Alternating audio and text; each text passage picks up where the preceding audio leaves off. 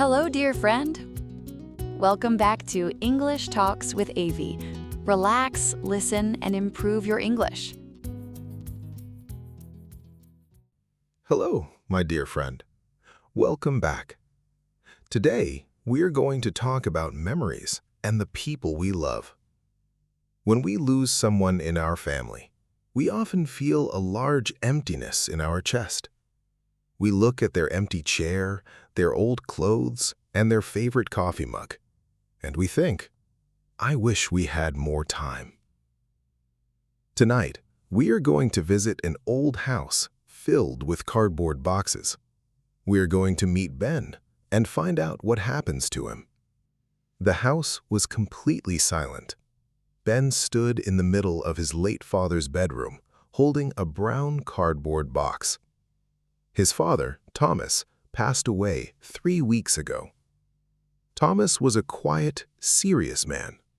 He didn't speak much about his feelings, and he rarely laughed. Ben loved his father, but they were not very close. They usually talked on the phone for just 5 minutes every Sunday. They talked about the weather, the car, and football. They never really talked about life. Now, Ben had the difficult job of clearing out his father's house. Everything had to be packed into boxes. Old books, heavy winter coats, and boxes of old documents. Ben opened the bottom drawer of his father's old wooden desk. Inside, under some old maps, he found a small notebook with a blue cover. It looked very old. Ben sat down on the bed and opened it. On the first page, in his father's neat, straight handwriting, were the words, "Things to do before I get too old." It was a list. Ben read the items quietly to himself.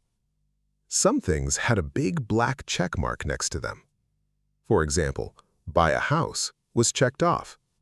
Visit the Grand Canyon was checked off. But many items were not checked off. They were completely blank. Ben read them out loud into the empty room. Learn to make Italian pasta from scratch. Watch the sunrise from the high hill behind the house. Write a long letter to my brother George. Ben stared at the list. He felt a sudden, sharp pain of sadness in his heart. His father spent his whole life working in a factory, saving money and living quietly. He had all these simple dreams, but he ran out of time. Ben did not fully understand why, but at that exact moment, he made a decision. He put the blue notebook into his pocket. He looked around the empty bedroom and whispered, "I will finish it for you, Dad." The next Saturday, Ben started with the first unchecked item, the pasta. Ben was a terrible cook. He usually bought frozen meals or ordered pizza. But he went to the supermarket and bought flour, fresh eggs, and a rolling pin. He looked at a video online and began to mix the ingredients on his kitchen table. It was an absolute disaster in the beginning. The flour flew everywhere. It got into his hair, on his nose, and all over the floor. The dough was too sticky. Then it was too hard. Ben felt frustrated. He wanted to give up. But then he laughed. He imagined his serious, quiet father standing in a messy kitchen covered in white flour. For the first time in weeks, the memory of his father didn't make him cry. It made him smile. After 3 hours of hard work, Ben created a plate of thick, strange-looking spaghetti. It tasted a bit salty, but it was real.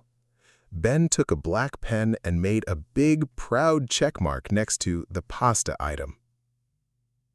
2 weeks later, Ben woke up at 4:30 a.m. on a cold Sunday morning. He put on a warm jacket and walked up the steep hill behind his father's house.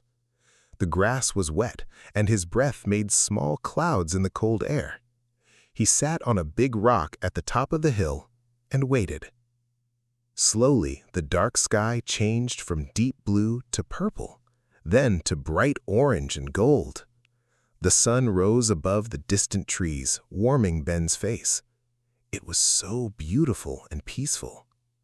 Ben realized that his father walked up this hill many times, wanting to see this exact view, but his illness made him too weak in the end.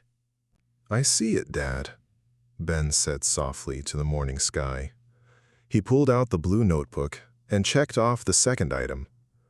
But the third item was much more difficult. "Write a long letter to my brother George." Ben knew about Uncle George, but he didn't really know him. George and Thomas had a terrible argument 20 years ago. Ben did not know why. After that argument, George moved away, and Thomas never mentioned his brother's name again. They became complete strangers. Ben found an old address book in the desk. He took a piece of paper and began to write. He didn't know what to say, so he just wrote the truth. "Dear Uncle George, this is Ben, Thomas's son. I'm writing to tell you that Dad passed away last month. I found a list of his dreams in a blue notebook. Writing to you was one of them. He wanted to connect with you again, but he couldn't do it before he died. I hope you're well." Ben posted the letter. He checked the item off, but he felt a bit worried. Would Uncle George reply?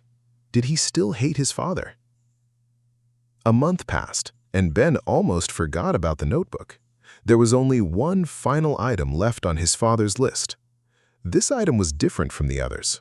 It was written at the very bottom of the page, and the ink was a different color, as if his father wrote it much later when he was already very sick. The item said simply, "Go to the Blue Cafe in Oaktown on May 21st at 4 p.m. and order a slice of apple pie." Ben looked at his calendar. Today was May 21st. The time was 2:30 p.m.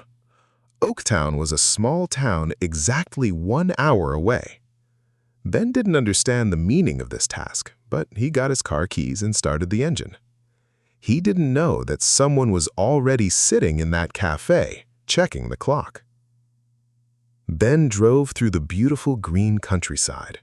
He arrived in Oaktown at 3:45 p.m. It was a charming place with old stone buildings and narrow streets. He walked down the main street and easily found the cafe. It was painted a bright, lovely blue color, with small, round tables outside. Ben walked inside. The cafe smelled of fresh coffee and sweet cinnamon. He walked to the counter. "Hello," Ben said to the young waiter.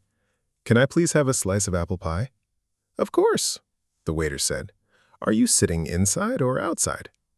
"Inside, near the window, please," Ben said. He sat down at a small table. He pulled out the blue notebook and placed it on the table. He took out his black pen ready to make the final check mark. He felt a wave of finality. He was happy that he completed his promise, but he also felt a bit empty. The journey was over. A few minutes later, the waiter brought the plate of apple pie. But before Ben could pick up his fork, an elderly man walked into the cafe. The man had gray hair, a kind face, and walked with a black cane. He looked around the cafe. Then his eyes fell on Ben's table. He looked at the small blue notebook resting next to the plate. The old man's hands began to shake. He walked slowly toward Ben's table. "Excuse me," the old man said. His voice was trembling slightly. "Is your name Ben?" Ben looked up in surprise.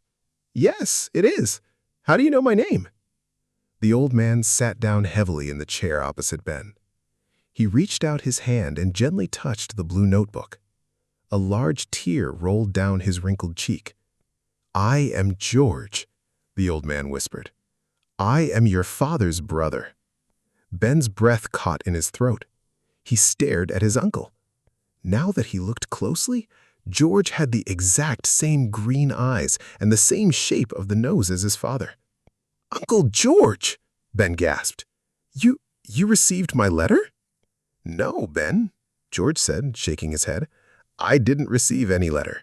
I moved away from my old address 2 years ago. I never got it." Ben was completely confused. "Then why are you here? In this cafe, on this exact day?" Uncle George smiled a sad, beautiful smile. He reached into the pocket of his heavy coat. He pulled out an object and placed it on the wooden table right next to Ben's notebook. Ben looked down, and his heart stopped. It was an identical, small notebook with a blue cover. It looked exactly the same. George opened his notebook to the final page and turned it toward Ben. Ben read the words, and his eyes filled with warm tears. The mystery of his father's final wish was suddenly revealed, and it was more personal than Ben could ever imagine. Ben looked at Uncle George's notebook.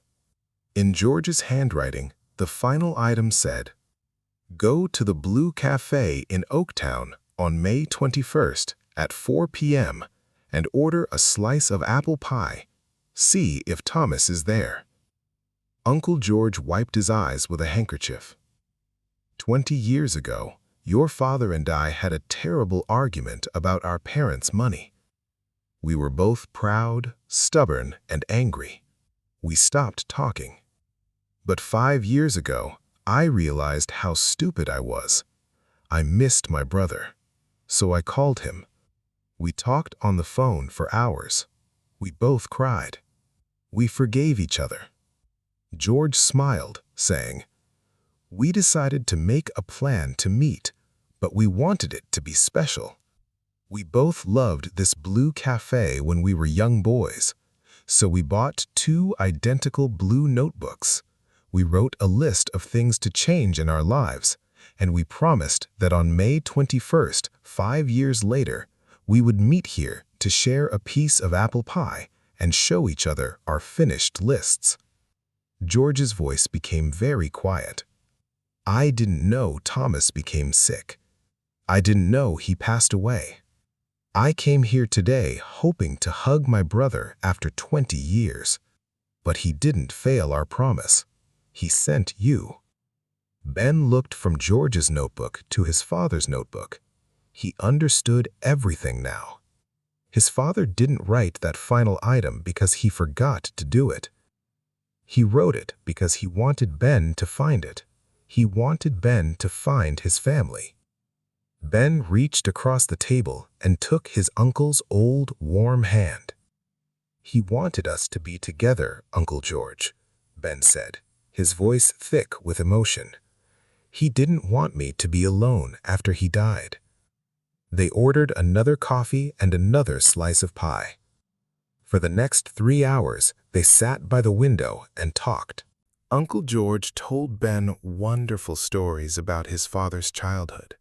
Stories about Thomas playing football, falling into the river, and laughing until his stomach hurt. Ben listened quietly. For the first time in his life, Ben truly saw who his father was.